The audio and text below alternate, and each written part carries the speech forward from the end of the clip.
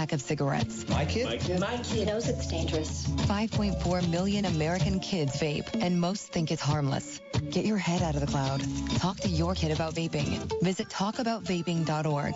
That's talkaboutvaping.org. Brought to you by the American Lung Association and the Ad Council. If you served honorably in our nation's armed forces and you're looking for a way to continue serving your fellow veterans in your community, then join AMVETS. Each year, AMVETS members volunteer millions of hours at VA healthcare facilities from coast to coast, helping to improve the lives of their fellow veterans through the VA Voluntary Services Program. AMVETS posts and departments also participate in a wide variety of community service projects ranging from Americanism in our schools to supporting the Special Olympics and Boy Scouts of America. If you no longer wear the uniform today, you can still serve through the AMVETS by joining today at amvets.org. Broadcasting live from the Masters Heating and Cooling Studios, this is WKJG 1380 AM, 100.9 FM, Fort Wayne, Indiana. The Fan. This is an exclusive presentation of high school sports on Fort Wayne Sports Station, 1380 The Fan and 100.9 FM. This is the High School Coaches Show. Here's your host, Justin Kenny. Welcome in, everyone. It's the sectional semifinal edition of the High School Coaches Show. I'm Justin Kenny. He is John Graham producing. We're here till 7 o'clock talking area high school football down to the final four teams in each sectional throughout the state of Indiana. We're going to break it down over the next 60 minutes or so. We'll start it off here in just a few minutes with head coach Grant Moser of the South Adams Starfires. His team gets a rematch against the Monroe Central Golden Bears coming up tomorrow night in Bern. We'll break all that down with him. Brice, Vance, KPC Media Group will join us quarter hour. We'll break down everything that's going on in the NE8 and Northeast Corner Conference. We'll look back on that East Noble Leo game from last Friday. And also talk maybe about the inevitability of Eastside versus Bishop Luers in Class 2A a week from tomorrow night. Second half of the show, it will be Coach Brett Fox, Columbia City Eagles, will join us. His team hitting the road to take on Northridge tomorrow night. And then we'll wrap it up with head coach Chad Zolman of the Homestead Spartans, the big one in Class 6A tomorrow night. Homestead at Carroll in Sectional 3. The winner will advance and host the Warsaw Tigers for a sectional championship next Friday. Let's get it started. Our first guest on the phone with us right now, South Adams coach Grant Moser. Coach, how are you?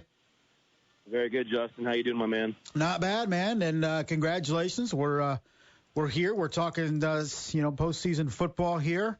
And it's been a rough season for you guys in terms of injuries. And I want to kind of start it off with get the injury report for the Starfires. Where are you guys sitting right now? Yeah, it has been. But I've been incredibly proud of our guys. And you always talk, I hate cliche sayings, but when they sometimes actually are true, next man up. I mean, we really have had that this year.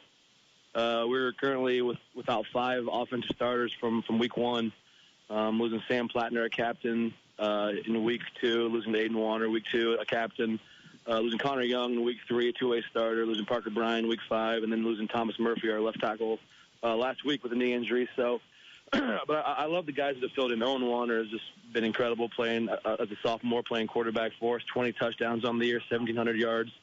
Guys like Hunter Conger stepping in, Burton Lefevre on defense. This has been really cool. Matt Campbell on offensive lines. We've got a lot of guys getting reps, which is going to be great for next year. But we're sitting at 8-2 with a chance here to hopefully make a run and repeat the sectional for the 3rd year in a row. So we're excited where we're at right now. When you talk Aiden Warner, I know it's been thrown around. Will he? Won't he? Is there any indication that you'll play him tomorrow, or is it a big Burn secret? Everything in Burn's a secret. No, he's practiced now for about two and a half weeks. He's not played a snap in a game yet. I would say to some extent we would see him on the field tomorrow. Now, whether that is at receiver, whether that's at free safety where he was All-State, whether that's at quarterback, that's probably something I'm going to keep to myself right now. But he will probably get some playing time at some point tomorrow, which is a huge lift for us. And like I said, he's back from a state runner-up team where he was a captain on that team. He's a captain this year as a senior once again. He just brings a whole new focus and energy to our practice, just that by itself even. So we're excited to have him hopefully back tomorrow to some capacity. Now we'll see what that looks like. He hasn't been tackled since week 2. So we'll see how that goes and what we do with them. But again, that just brings excitement to our community. The whole community is excited and kind of buzzing about Aiden Warner. So it's going to be a fun night tomorrow night, hopefully. Initially you'd say, okay, if Aiden Warner's back, he immediately slots into that quarterback spot. But as you mentioned, he can fill so many different roles for you. And considering how Owen has played of late, you feel pretty confident keeping him in there. So, conceivably you could put Aiden elsewhere on the field, not necessarily put him right back behind center. Well, absolutely. He's a three-year starter wide receiver for us with James Arnold. And he's actually third all-time in our career receiving list. He's our all-time leading scorer in South Adams history, so we can play him absolutely anywhere. He's so versatile. With the things he does, like you said, Owen's been great, man. 20 touchdowns for a sophomore. He has 5 picks on the year and 3 of those against Monroe Central. So that's kind of the thing. We learned a lot from that game. I'm going to go back and look at it on film. We really broke that down, and we thought early on we were there. We had two long drives. The first drive of the game went about 60 yards inside the 10. Turned it over on 4th and 1, turnover on downs, and then we drove down again into the 10-yard line. So 0-0 game and threw a 90-yard pick six, and the halftime score was 7-0 them. So we look at some things, and we feel good about it now. We've embraced fully. We're going to be playing in mud baths to the point that we actually got the hose out yesterday and actually watered down our practice field. It's a true story. So we're playing in the mud right now. I'm watching our guys right now playing in the mud out in the practice field. So we're embracing that, and we're just going to have fun with that. Coach, after back-to-back losses in the middle of the season at Monroe Central, at Adams Central, you talked about this group and how young you've had to be. What was the response from your guys? I mean, it had to be a challenge, not just for this year's guys, but maybe guys used to winning the last couple years. They bounced back pretty well, but take me through inside the locker room after those back-to-back lopsided defeats. Sure. Monroe Central, rough loss, especially offensively. Couldn't get going. And then Adams Central, we kind of got blown out. I remember sitting there Monday morning or Monday afternoon with the team and saying, "Hey, we're at a crossroads right now. We can kind of fold it in and see where it goes, or we can take the path to where we want to go." And we have 3 winnable games left in the season, and we want to win our 3rd sectional in a row. So the goal we kind of had at that point was, "Hey, let's restart the season. Let's restart and let's go 6-0. That finish the season with 3 wins and that win a sectional." So right now, the message all week's been, hey, we're 4-0. Now we're 5-0, so that's where we're at. Coach, last week you went to Madison Grant. You took on the Argyles. Take us back to that game. You guys were able to instill your will early and take care of business. Yeah, Trey Shock's been phenomenal as far as a player. He has 10 touchdowns on the year. Our all-time leading returner, just absolutely electric. But he does so much more than that when he forces teams to double cover him. So last week we saw Jordan Henshaw in seal coverage and got him two 9 routes from Owen, both being touchdowns. We got Hunter Conger, another field, like I mentioned earlier, a 9 route for a touchdown. So Shock just takes so many eyes on him, which gets guys like Jordan Henshaw, Silas Loshi, Hunter Conger, even some of the Brady Beal open. So that's just been huge for us having Trey. And he was hurt early too, but he's healthy back now. They have a phenomenal player in Luke Jones, who's a junior, a 3-year starter as well. So it's going to be a blast tomorrow watching him and Shock go at it back and forth, both sides of the ball. Luke Jones, I think he's a Ball State recruit right now, or at least got some looks from some MAC schools versus Trey Shock. It's going to be a lot of fun. And Trey's taking that pretty personal. Yeah, Luke Jones, the standout receiver, leads Monroe Central in receiving, 548 yards, receiving 7 touchdowns for the Golden Bears. Coach, it was round 1 with Monroe Central, at least for this year, because it seems like you guys have gone back and forth for the better part of half a decade with them. It was a 23-0 setback in week 5. Looking back at that one, it was kind of in the middle of you guys, suffering those injuries and trying to find replacements. How tough was it to go on the road in week 5 and play Monroe Central? Sure. It's kind of turned into a pretty kind of cool little rivalry. We've played, this will be our now 7th time playing in the last 4 years. So it'll be our 6th time playing in the last 3 years. We've met in sectional the last 3 years. So it's turned into, in the last 4 years, we've both been top 5 in 1A. So we have a lot of respect for them and what they do. They have a great coach. He's been around for a long time, obviously, does a lot of things well. Came from Muncie Central. We were successful over at Muncie Central. So he's coached some NFL players. He's great. So, again, we just kind of enjoy that rivalry. We know them pretty well. They know us well. We're glad we could play at home. It's a tough place to play up there like we did in week 5, but we're at home tomorrow. Where I think we have like 19 straight wins going back to 2018. And before that goes back, I think we have we're like, I don't know exactly, it was like 27 of the last 28 home games we've won. So we kind of relish playing. We love playing in front of our home community. I know we'll have a good crowd, even with the potential of rain and being cold. So, again, it's just going to be I love small school football, Kenny. I really do. Just the community love and the community aspect of it, where there's so much support and the text roll in and the phone calls and the good luck and the small school during the school day. So it's going to be exciting tomorrow night in Bern. Coach Grant Moser, South Adams Starfires, joining us here on the High School Coaches Show. And, Coach, let's talk about Monroe Central, what they do so well. They shut you out in Week 5. It was the first shutout of a South Adams team since your first year, 2015, where you went 1-9. Not sure how they brought you back for year 2. But it turned out well, I guess. But, what schematically, defensively, what makes them so difficult on that side of the football? Yeah, they're really well coached on the defensive side too. They really controlled the line of scrimmage against us the first game. They really owned us up front. We couldn't get the running game going at all. We rushed for 0.2 yards a carry. We take out the sacks out of the equation. So I think we rushed 18 times. Like I said, we rushed for 0.2 yards a carry. So we got to be better than that tomorrow. We know that they're very physical up front with their D line. They have two-way players that are both three-way stars that are incredible. With Joel Kennedy, the leading rusher. Also a great defensive end for him, and then another D1 kid they have in Brice, number 5, plays middle backer to the end for him. Also just brings a lot of physicality. So we got to be tougher up front. That's kind of where we got owned on offense the first time. I like our matchups in the secondary. Now that might change some with the weather, but we'll adjust and we'll adapt, and we'll make checks at the line, and we'll see what happens. What's it come down to tomorrow night, man? I mean, is it all about up front? Something you guys really couldn't get a push up front round 1? Is that key for tomorrow night? That's going to be huge, but I think it goes down to our seniors and how bad do you want to keep playing versus how bad do you want to go into wrestling and basketball season. That says a lot. Our guys have played the last couple of years through the sectional, like I mentioned earlier. So I guess how bad do you want to keep playing? This could be your last night of practice right now, or is it going to be come back on Monday and watching film and getting back after us? So we'll kind of see how and I love our senior class, man. They've been I think probably the winningest class in South Adams history the last 4 years, with some help obviously from the grades above them. But they're used to winning. So obviously Monroe Central is a great team, but it's going to come down to I think our senior leadership and whether or not we're ready to be done. All right, buddy, we'll let you go. Thanks a lot for taking the time to join us. Good luck tomorrow night, round 2 against Monroe Central in Bern, 7 o'clock kickoff. Thanks, buddy. Thanks, my man. We'll talk to you later. Yes, sir. That was Coach Grant Moser, South Adams Starfires, kicking off the show. His team 8-2. They will host undefeated second-ranked Monroe Central tomorrow night. The Golden Bears, as mentioned, with that defense, not only did they shut out South Adams in Week 5, they have pitched 5 total shutouts on the season, and they have held 8 of their 10 opponents to 7 points or less. This is a very, very good Monroe Central defense. They have a solid offense to complement it, and it'll be definitely a big challenge for the Starfires coming up tomorrow night in Bern. We're going to take a break. We'll come back. We'll talk to Brice Vance, KPC Media Group, break down some of the action coming up tomorrow night. You're listening to the sectional semifinal edition of the High School Coaches Show here on 1380 The Fan, 100.9 FM.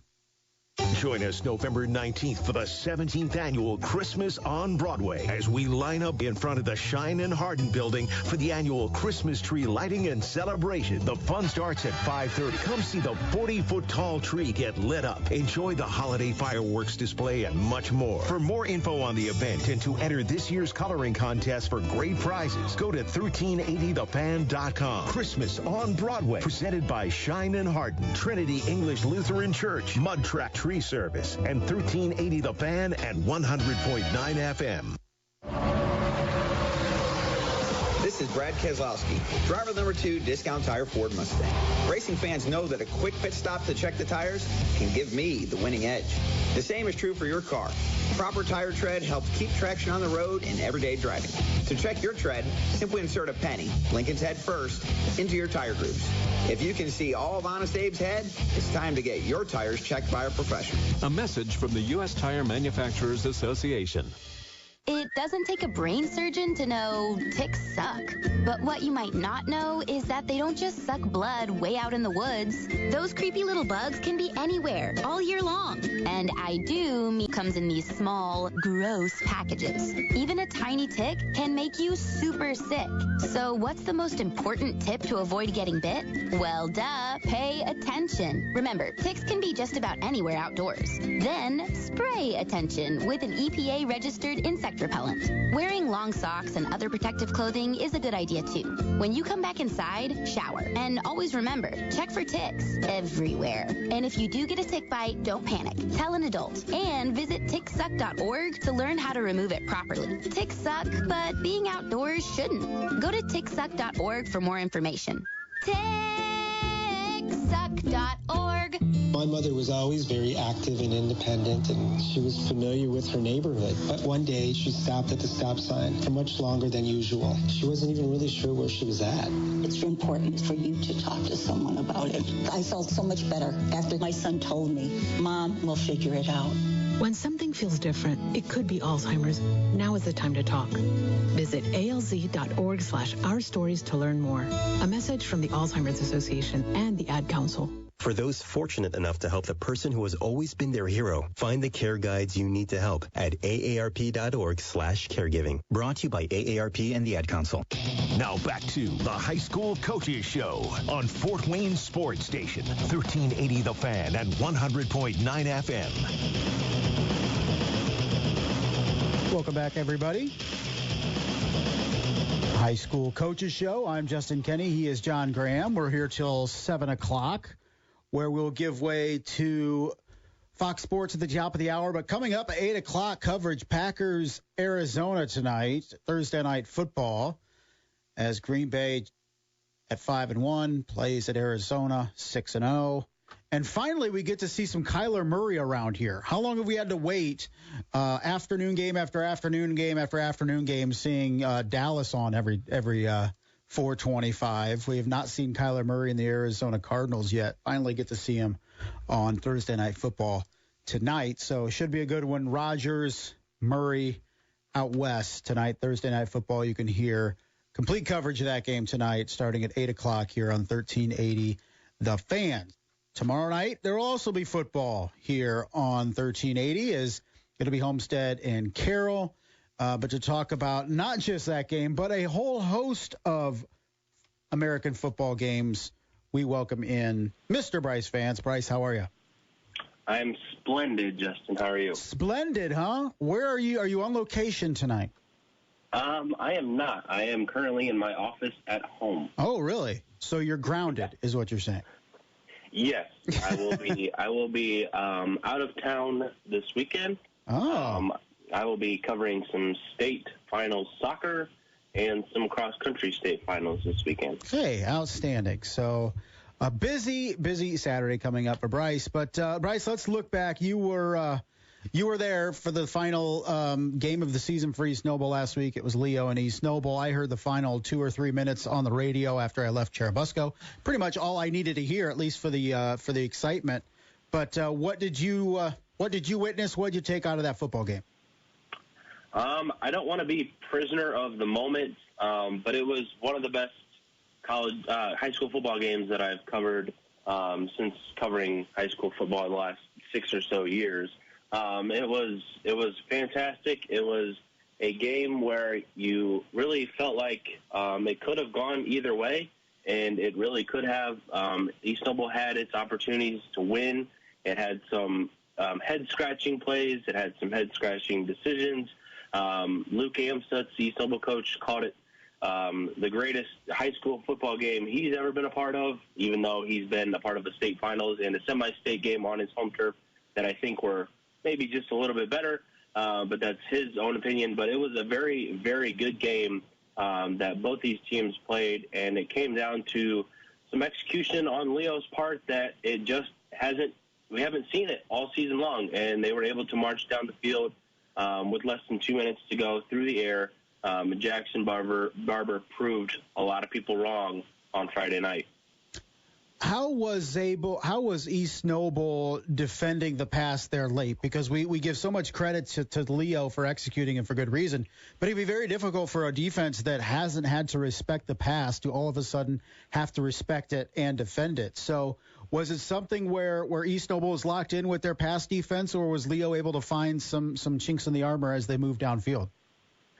I think East Noble was just trying to keep everything in front of them. They weren't playing prevent defense, but they were just trying to make sure that Leo didn't break off the big play until they got, in close inside the 24-yard line or so. They weren't really playing man pressure. Leo really wasn't trying to go down the field either. They were trying to just dink and dunk and try to get out of bounds, and East Noble was not necessarily letting them have those plays, but it wasn't too terribly difficult for Leo to move down the field as they were getting some of those easier pass plays over the middle or to the outside, and just making life kind of easy for Jackson Barber. And credit to him, he stepped up in the moment. Like I said, he hasn't had to throw the ball a lot this year. He hasn't had to execute a 2-minute drill quite like that. And he did a very fantastic job. They got a little bit of luck with the Caden Miller catch over the middle that put them in the at the 4-yard line with just a few seconds to go. He kind of tipped the ball to himself and was able to keep Leo's season alive, because they would have been going from the 24 instead of the 4 with under 10 seconds left, and that would have been a much more difficult situation. So East Noble's defense wasn't really not giving them everything deep, and they were just trying to keep them in front of them. He is Brice Vance, KPC Media Group, joining us here on the High School Coaches Show. Brice, after what you saw out of Leo, and I think we can all agree that game was the most difficult matchup in this sectional 19 for them. Not saying, they get DeKalb this week. It could be Columbia City or Northridge coming after that. You look at the regional, they're going to play the winner out of sectional 20. It's not daunting that you look larger into the semi-state, and you're looking at potentially a New Prairie, potentially a matchup, or a Lowell or Hobart. Point is, I don't see a matchup before semi-state, and maybe including semi-state, where I'm looking at it saying, Leo is a decided underdog in this football game. So based on what you saw last week, Brice, could Leo be the North representative in Class 4A? I think so. I thought going into last Friday's game in Kendallville that the winner of this game was at least going to be in semi-state. And as you mentioned, I've gone through, the regional possible semi-state opponents just because I was prepping myself for potential road trips for following East Noble, possibly all the way down to Indianapolis. And it just felt like the road, as you said, isn't really daunting as it may have been, where you have a Marion team last year that was filled with a whole bunch of seniors, and it was their time to make a run, and they went to semi-state. But then they had to face a Hobart team that's been absolutely loaded the last couple of years. And East Noble had to run into them 2 years ago. To get down to the state finals. And I don't really feel like there's that team right now, and it could be, like you said, a New Prairie or a Lowell or any of those teams out of the region that have been tested by other teams and other bigger programs in their conferences over there. But right now, it feels like the path for Leo is definitely easier than it has been for a sectional 19 winner for the last couple of years. Just because you don't have to face, even if you go back to 17 and 18 when Angola won, they didn't have to face a Dwanger in the regional. So it's definitely I think gotten a little bit easier, and I feel like Leo has the team to make a run just with their rushing attack and how well they play on defense. Yeah, looking ahead, it's definitely favorable until you get to that 4A championship game if you end up having to face Roncalli. Number one, undefeated. They've beaten Chittard. They've beaten Brebeuf. They've beaten Elder out of Cincinnati. It's arguably one of the top 3 or 4 teams in the entire state, regardless of class, most definitely. But it'd be fun to get there for sure if you're Leo Lions. Oh, yeah. Brice, elsewhere in the Northeast state this week, we mentioned DeKalb, but Leo, we have Columbia City at Northridge, Mississinewa, New Haven, Concordia at Norwell. How many teams are we talking about out of the Northeast 8 playing for sectional championships next week? I'm going to say at least 2. I think it's going to be Leo and Norwell. I think what DeKalb and Leo is going to be very interesting tomorrow. I don't think it'll be interesting at first, just because tomorrow the weather forecast looks like it's supposed to rain. And yes, I know they're playing on the turf. And the game in week 9 was played at DeKalb, and it was an absolute mud pit that was featured on Barstool Sports. And luckily it's not going to be like that for Leo this time around. So I think the game is going to be a lot closer than maybe people would expect. Just because I think DeKalb has been in this environment before. They played in the torrential downpour a couple of years ago at Leo, and it was a 7-0 game. Now these are completely different teams, but still I think this game could be very interesting. And with Norwell, I think with their rushing attack and Luke Graff and that defense, I think they're going to be able to slow down Concordia and their passing attack. I think Norwell has shown, I've seen them live in person, how well that passing defense is and how well they can get after the quarterback and how well they can get into the gaps and make life difficult on the rushing attack and getting upfield. So I just think with what these teams bring in the rushing attack and on the defense that both these teams are going to be moving on to next week. I like New Haven, too, tomorrow night. If they can slow down that rushing attack for Mississinawa, averages over 314 yards per game. Big if, but at home for New Haven tomorrow night, I kind of like their chances there. But, Brice, looking at the Northeast Corner Conference, all of a sudden 1 week down, we're down to 3 teams left in the NECC. 2 of them play each other, Eastside and Central Noble. Talking about mud pits, Central Noble was that last week in a blowout win over Whitco. They play at home. They host Eastside. It's a team that destroyed them just a couple weeks ago. Should we expect anything different out of round 2 between these 2 teams? Yeah, I think so. I think it'll be not 49-0. It might be 28-7 this time around, just because I mentioned it's going to rain tomorrow, and Central Noble is now playing on that field for the 3rd consecutive week that has been utterly tore up. You're going to be hard to get your footing, even though we've seen the likes of Eastside beat up on Angola a couple of weeks ago in a little bit of a mud pit game over in Butler. But I think Eastside is maybe just a little bit more prepared, more equipped, and had more success in the rain in a mud pit type game. This game, I think, will be a lot closer. I think Central Noble learned a lot from that and how to maybe defend Laban Davis and maybe make things a little bit more difficult. But still, I think the talent is just going to be too much for Eastside, and it'll be overwhelming in the end. Even though Will Hoover went off the last couple of weeks and has some really good rushing attacks, he's going to need to carry the ball quite a bit and carry them on offense if Central Noble wants to have a chance tomorrow. Brice, before we let you go, I wanted to hit you with this question. And, over the last couple of weeks, it's been talked about which teams have turf, which schools have turf, which ones should, which ones are about to get turf. And let's fast forward, 5, 6, 7 years. You cover small schools. I cover some small schools that, they're probably going to be one of the last to get turf. But if we become a day where on Friday nights, every single area team has turf, does that take away a little bit from just the magic of high school football? If there's no slop, there's no mud, there's no craziness, everybody's got a nice, pristine, artificial turf they're playing on. Does that take away some of the magic of high school football, or I'm just, kind of an old bitter guy? No, I love how you speak romantically about high school football.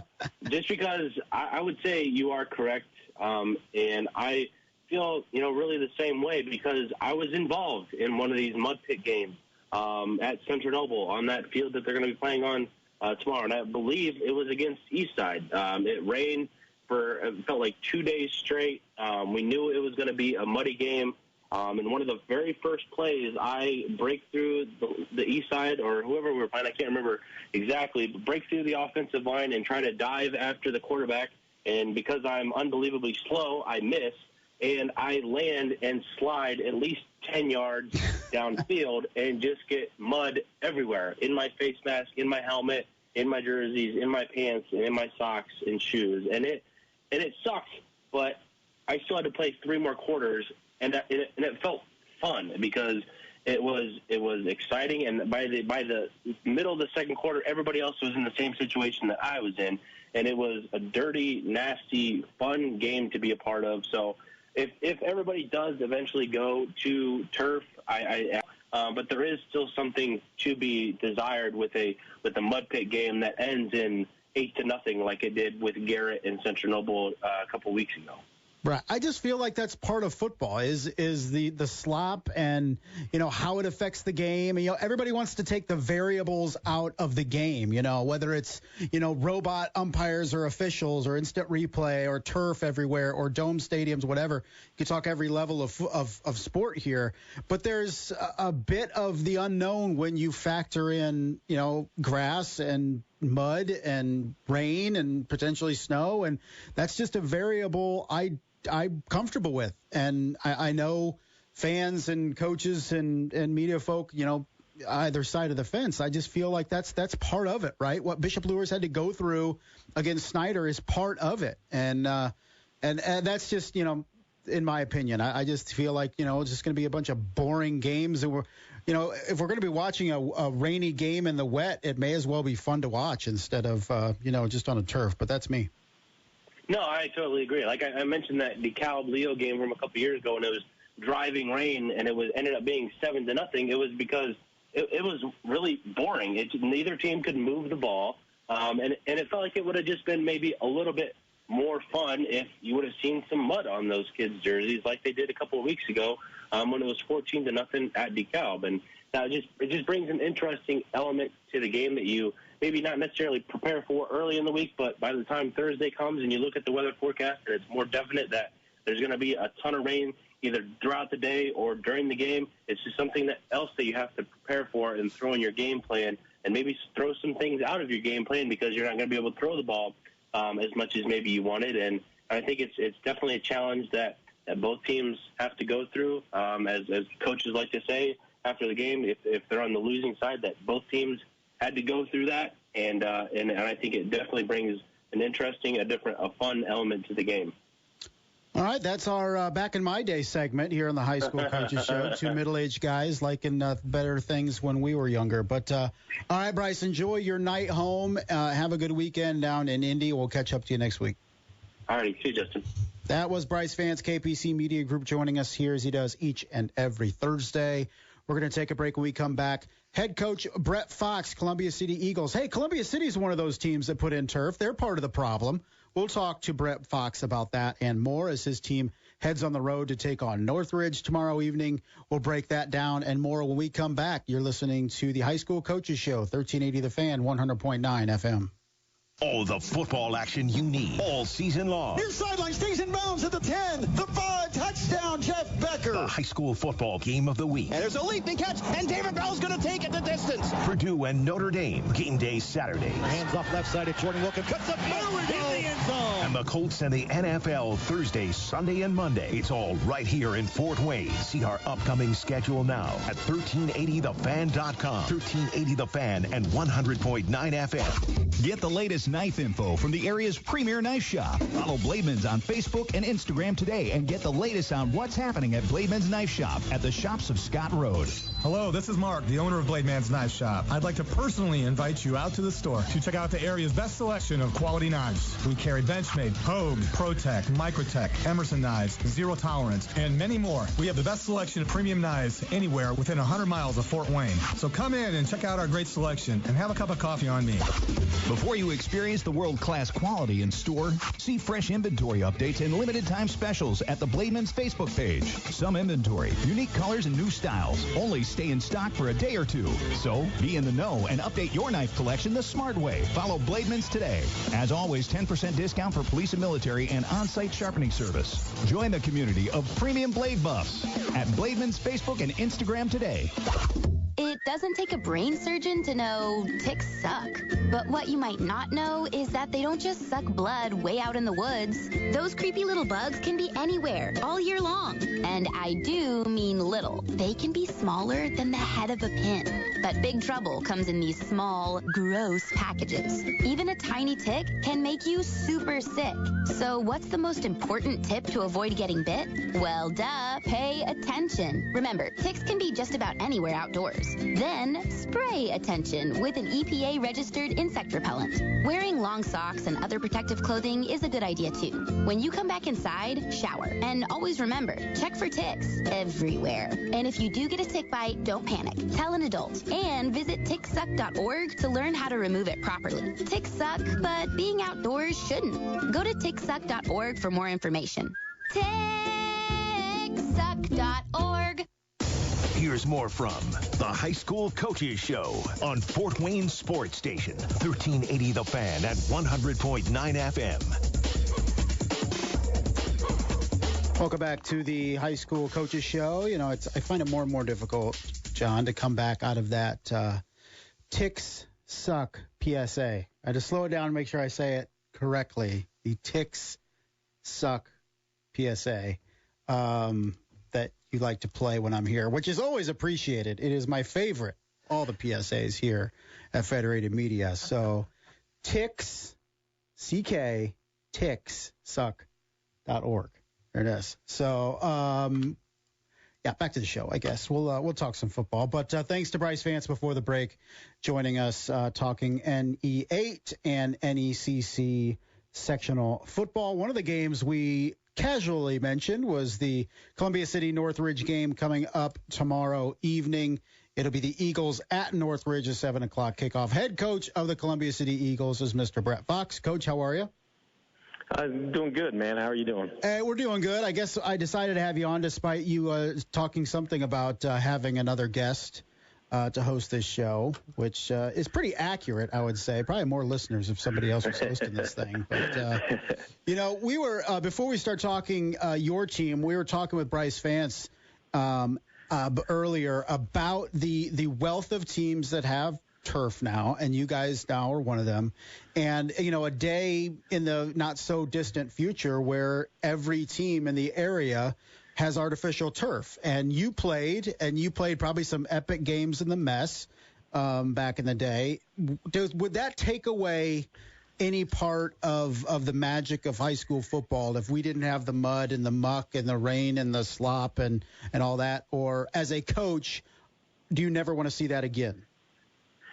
I do think it takes away some of that magic, you know, and I'm playing on turf, and when we were building a new high school, I was pushing, like, we need turf, we need turf, we need turf. But, you know, like, one of the games I remember playing was when I was at Eastbrook, and we're playing for a sectional championship against Lewis Cass, and it's snowing, and it's kind of that wet snow, and you're playing on grass, and you're tearing it up. You know, you're getting after it, and you know, you just remember those games. Or a couple years ago, we're playing the last grass game played at Norwell, and you know, we tear that field to pieces, and you know, complete a 2-point conversion throw at the end of the game to win the game. And you know, you do remember some of those games. You remember that weather and how it played into it, and just the magic that's kind of with it. But it does change the dynamics of a game, you know, and it's crazy. But yeah, everybody moving to artificial turf, and we're even talking as we're, you know, voting for all conference NE8 this week. You know, how everybody, I think next year in the NE8, except for Belmont, is going to be in turf. And you know, Coach Hall at Belmont was like, yeah, I'm just going to stay grass because you guys aren't going to be used to it. There you go. Yeah, it's just, you know, I know as coaches you want to control the controllables, and now with artificial turf you can control that controllable. But that's some element of the game, right? Is, you know, you have to play a team in the slop and the mud, and now that's kind of taken away. So I don't know. Maybe we're just ranting, a couple of middle-aged guys. I don't know. But right. Does Northridge have turf? Are you playing on turf tomorrow night? Yeah, they do have turf. So, you know, they I think they opened up their new stadium last season, kind of like us. And so the brand new stadium for them. The last time we were up there in 2015, we were playing on grass. But it's a turf. It's a new stadium, not even where their old one was at. And so it's kind of crazy. But your stadium's nicer, right? Well, I mean, I'm a little biased. I think ours is great, and and to quote one of the other NE8 coaches this week, Columbia City has the nicest facility in the northern half of Indiana. There you go. How can you argue with that? But, Coach, something that was mentioned on last week's game, and, of course, you guys beat Angola at home 48-12 last week, was the fact that you kind of handed the reins of the offense to your senior quarterback in Greg Bolt in terms of being able to call some plays and really controlling the offense in that way. What led you to deciding that for Greg, and how did he do? I kind of was sitting there on Tuesday, and I said, I was thinking to myself, I want him to be comfortable. I want him to feel confident in every single call that's coming in. And he has that experience, and so we talked during the week about, this is what we're looking at in this situation. They give us this. This is where we want to attack. This is what we want to do. And, it's kind of teaching him every single thing that I try to look at. And I think it gave him a new range of confidence. It gave him a new range of I'm understanding why we're doing this stuff, and I'm in charge of it. And I just wanted him to be 100% confident in every single thing that he was doing, and to understand that there's sometimes where he's going to see some things out there that I don't necessarily see. In the past, we've allowed him to change plays, and it's not really any more complicated than that, than him being able to change plays. And so every time he'd come off on the sideline, I'd say, okay, now, listen, we've done this, this, and this. I think it's time to set up this, this, and this, or what do you feel comfortable with? And just to hear him say, hey, Coach, we've got Stratton on this play. We've run this other play. We can get some play action in, and we can hit Stratton over the top. And then just to have that confidence that then he knows that. And I say, okay, as we're driving on this series, I want you to do it. And whenever you need to call it, you call it. And for him to call it, I think it was 2nd and 6. He hit Stratton over the top for about a 20-yard gain, third 25-yard gain. And just to see that confidence ooze in him, and I think that confidence just ooze in our offense was something that was awesome, and something that as a coach you're like, I'm supposed to be in charge of this. But really I feel like as a coach I'm supposed to be teaching him the game so that he understands the game, so he can I don't know. It was I think it was something I thought this is either going to kill me or it's going to help the team, and Greg stepped up and did a great job.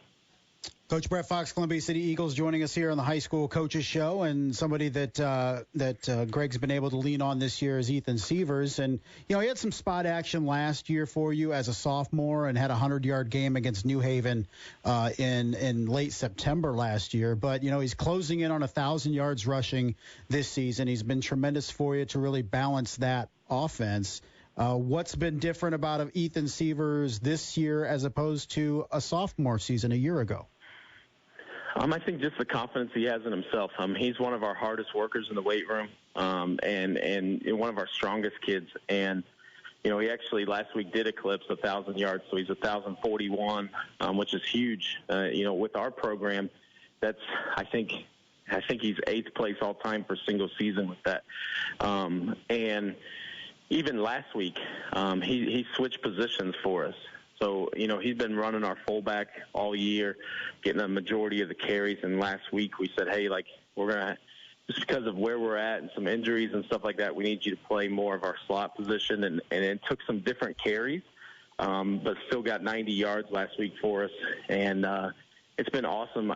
The other thing is we finally got him to catch a pass, and, he catches a 2-yard pass. and, takes it 49 yards to the house. That's just how explosive he is. And it's interesting watching him compared to his brother Michael a couple years ago. They're both hard workers. They both have the same mentality, but they are two totally different players. And it's fun to have those brothers that fill different roles for you and you see in different ways. All right, Coach, you get a Northridge team tomorrow that not a lot of us outsiders thought you would see, because we expected Northwood to win a week ago. That was a 42-8 Northwood win in the regular season. Northridge has to go on the road to Northwood last week. They knock off the Panthers 28-7. What did you see on tape from a week ago that the Raiders really were able to do? And watch the very first game, because it was like Channel 46 game of the week or whatever between Northwood and Northridge before, and then we watched last week's game when we exchanged film with them. And what I saw was kind of reminded me of my first year at Columbia City. We got beat 49-6 by New Haven on our homecoming, and we got them in the second round of sectional and beat them 7-3. And Northridge just they said, we're not going to put up with this. We're a better team. We're gonna be more physical. We're gonna drive it down your throat. We're gonna be consistent with it. And it was just it is a tale of two games really. And you even saw, like Northwood kind of got punched in the mouth and they didn't respond, and Northridge just kind of took it to them. So what, in terms of what needs to happen tomorrow night, probably another, wet night. It'll help being on the turf. But what's the keys tomorrow night to get a win on the road? I think the keys are just to have our, to take care of the ball. We talked about it tonight. Got a little rain in practice tonight, which was good. And just said, we got to protect the ball. We got to force some turnovers. We got to stay at home.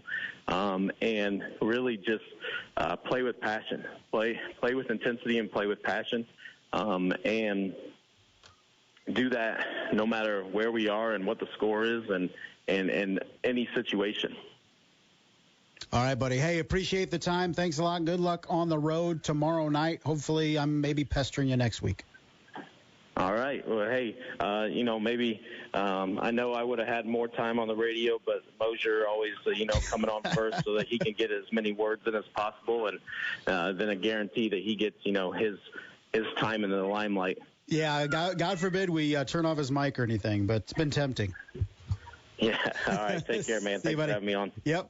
That was Coach Brett Fox, head coach of the Columbia City Eagles, joining us here on the High School Coaches Show. We're going to take a break, come back. Chad Zolman, Homestead Spartans, will join us as we wrap up the show when we come back. You are listening to the High School Coaches Show, 1380 The Fan, 100.9 FM.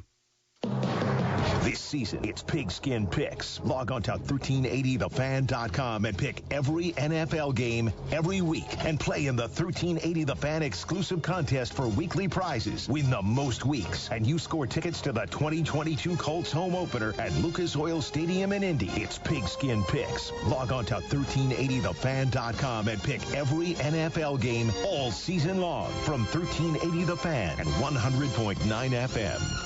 Man, how can you afford gas for that big SUV? I pay less for gas than everyone else. I got the free Get Upside Gas app and get up to 25 cents a gallon cash back every time I buy gas. Hold on. You're getting up to 25 cents off a gallon with the free Get Upside Gas app while I'm paying full price? You know it. People earned over $1 million last year. You just got to take a picture of your gas receipt and bam, up to 25 cents a gallon cash back. You don't have to tell me twice. I'm downloading the free Get Upside Gas app now. Download the free Get Upside app now in the App Store or Google Play to save up to 25 cents a gallon when you buy gas. Use promo code CAR for a 25 cent a gallon bonus on your first tank. That's up to 50 cents a gallon on your next tank. Just download the free Get Upside app at the App Store or Google Play and use promo code CAR. Save money on gas on every fill-up. Just download the free Get Upside app and use promo code CAR. That's CAR. Visit GetUpside.com for terms. Home improvement is daunting. These days, finding a business who checks all your boxes for materials, quality of work, warranty, and price can feel like a never-ending scavenger hunt. Alliance Exteriors is here to make your unique home improvement journey easier for you. Alliance Exteriors specializes in metal and shingle roofing, siding, windows, and patios. Alliance Exteriors promises to be your partners for life. From the time a team member arrives at your door to assess your home to years after the job is complete with our best in the business lifetime warranties. Plus, all Alliance Exteriors jobs are done properly by licensed professionals so your warranty sticks. We invite you to look around at different companies. Alliance Exteriors is confident that after comparing quality of materials, quality of work, warranty, and price, you will give us a call. Contact us today at 260-908-5465. Check out our Facebook or visit AllianceExteriorsIN.com to schedule your free, no-pressure estimate. At Alliance Exteriors, we are your partners for life. Now back to the High School Coaches Show on Fort Wayne Sports Station, 1380 The Fan and 100.9 FM. Welcome back to the High School Coaches Show, here for the final time. We're heading into the 7 o'clock hour, where we will go back to Fox Sports programming. But at 8 o'clock, complete coverage of the Packers and Arizona Cardinals starting at 8 p.m. here. Tomorrow night, starting at 7 o'clock, you'll hear the biggest game, in my opinion, in the area tomorrow night. It will be Homestead at Carroll, a 6A showdown in Sectional 3. Head football coach of the Homestead Spartans is Coach Chad Zolman. Joins us right now. Coach, how are you? Good. How are you, sir? Not bad, buddy. And we've been kind of throwing this topic around here over the last hour in terms of turf and whether it's great or whether, you know, as middle-aged people, we kind of miss the muck and mud that we saw a couple weeks ago. You only had to play one game on grass this year so far. That was at Northside in week 6. Do you miss it sometimes, or are you perfectly fine with not having to worry about field conditions?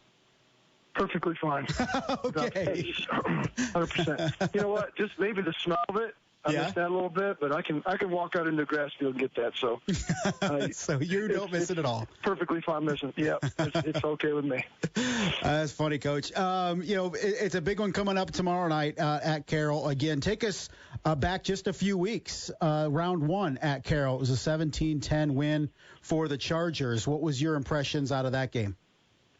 Well, I mean, we came away knowing just how good Carroll was. They're a really good football team. And so, you know, we felt like we didn't play well at times and left some points off the board and, you know, things like that. But they could say the same thing. They got in the red zone, fumbled, and it was back and forth. We had a chance at the end to go down and, you know, try to tie it up. And, you know, I expect a hard-fought, tight ball game again between two teams that are, you know, they're really good, and I think we're decent.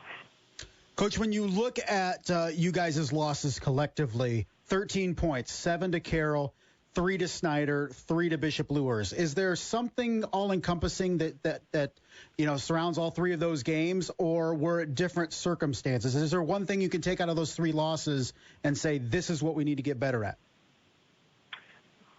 Well, if you look at those 3 games, our opponents made key plays and key moments, and we didn't. You know, I think that's what we got out of it. We just haven't made the plays in the key moments, and so we've got to make sure that we're a little more efficient when we get in the red zone, and we're better at some things defensively, or if we want to be successful, because the margin for error in all 3 of those games is very small, and it will be Friday night. You know, so that's what we learned. We have to play at a better level the entire game for 4 quarters, and I hopefully that, you know, we've had really good 2 weeks of practice, so I feel like we're ready. Coach, when you look at your quarterback, Peyton Slavin, he's played tremendously well over the second half of the season, actually all season, but, you know, definitely has shown his improvement the second half. Where is he at in his development, and is he a guy that's really kind of developed as expected over the course of his junior season?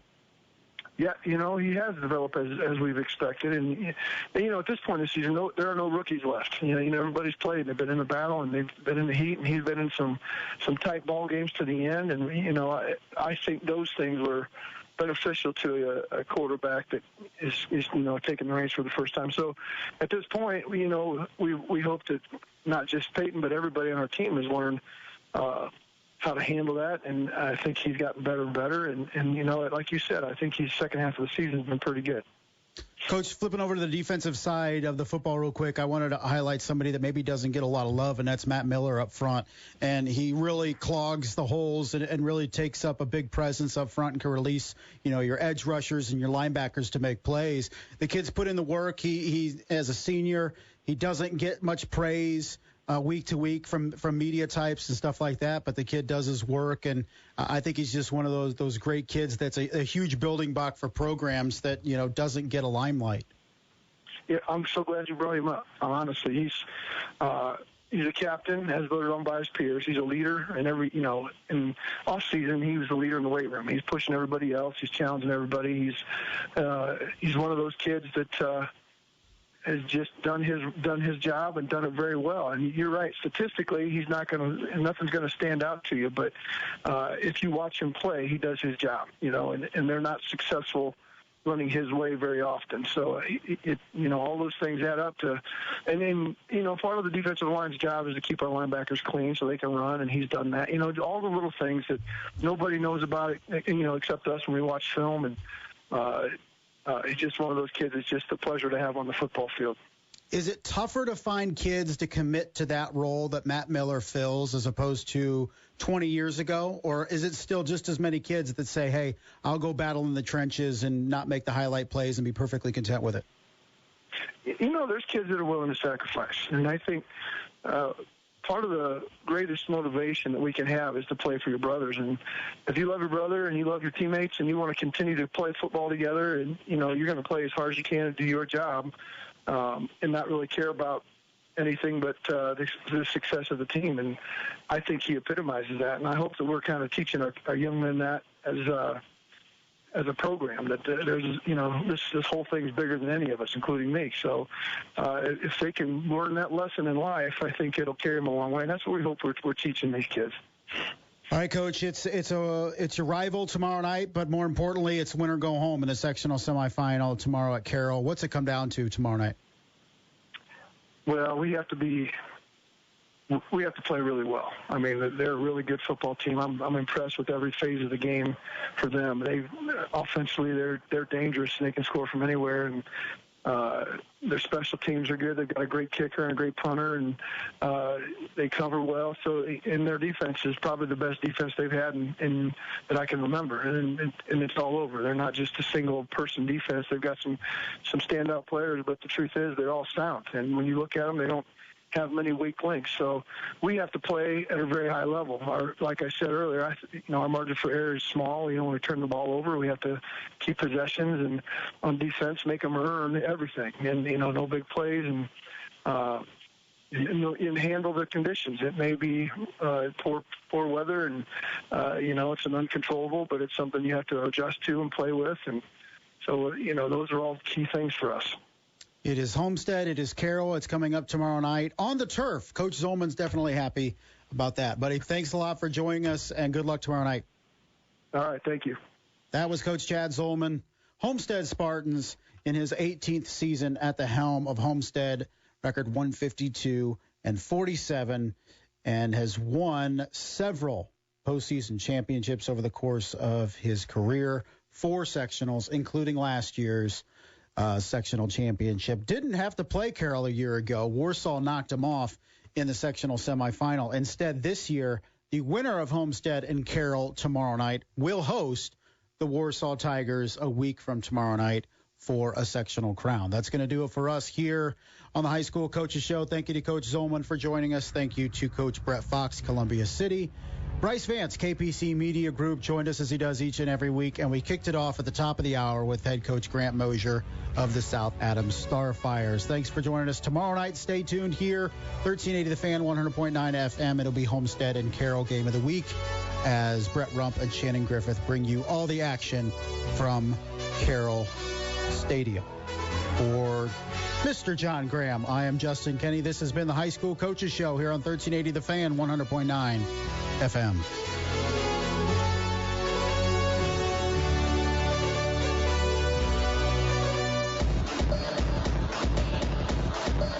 Thanks for listening to this exclusive presentation of 1380 The Fan, the high school coaches show with Justin Kenny on Fort Wayne Sports Station, 1380 The Fan and 100.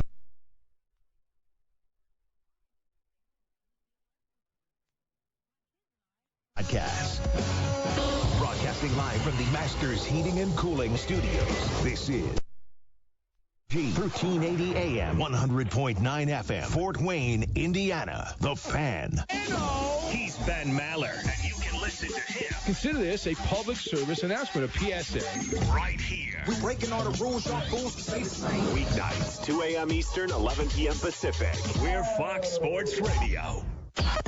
Saturday on Fox. Don't miss an epic in-state rivalry as Michigan takes on Michigan State for the Paul Bunyan Trophy. Let's win. The action kicks off at noon Eastern on Fox and the Fox Sports app.